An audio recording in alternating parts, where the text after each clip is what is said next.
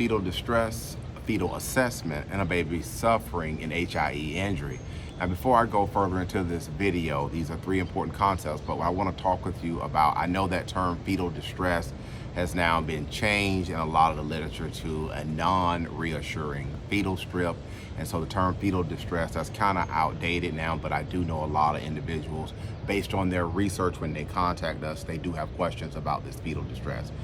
But the reason why I want to talk with you about this today is I want to speak on the role that the readings from electronic fetal heart monitor play in assessing a baby's well-being in real time. When we're doing a birth injury investigation for a family, the fetal strips are one of the main areas that we are going to look at. And if you have had an opportunity to get your baby's fetal strips, and if you're looking at the strips, it's important to know that when we are doing this assessment, we are looking at the totality of the strips. We're not just looking at one page in general or a couple of pages in general. We are looking at the strip in total. And normally for cases that we move on, what we see is the strip will start out to be normal. You'll have a pretty normal strip. And as the labor goes on and on, the strip will begin to deteriorate, and you will generally see over a significant period of time, you'll see problems on the strips. For example, you may see late decelerations, you may see prolonged late decelerations, you may see bradycardia, you may see minimal variability, tachycardia. All of these things taken together is what allows us to be able to have a pretty good understanding as to what was going on during labor and delivery, and whether birth trauma or negligence on the part of the doctors, nurses, or the hospital, whether that was the cause of the baby's traumatic brain injury, that HIE term that I mentioned earlier.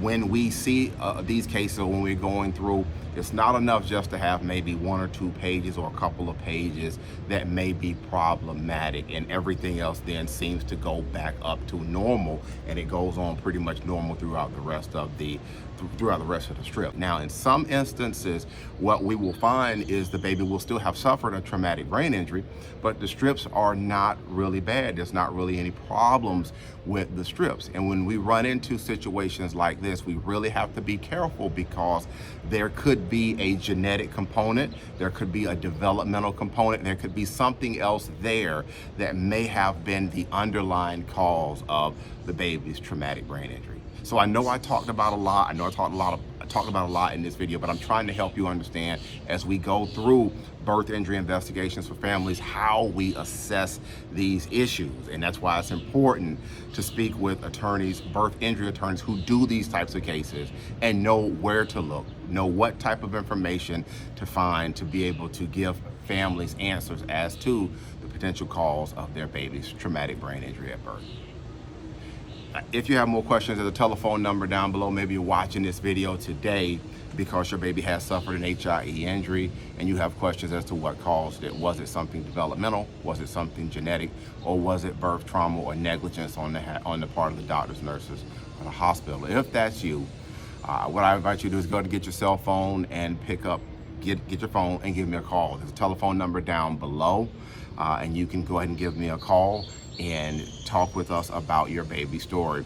When you call my office, it's important that you remember to pick a date and a time to get on our calendar so we can know when to call you back and talk with you about what happened with your baby. One more thing before I get out of here, I practice law here in the state of Maryland, and I know from time to time I'll have individuals who will contact me. They're in the United States, but they are not in Maryland. If that's you, just understand that we have to use what we call local counsel or co-counsel, in other words, an attorney in your state. And that's something that we can work to help you on, but I just want to make sure that you understand that co-counsel or local counsel aspect of things if you are not here in the state of Maryland.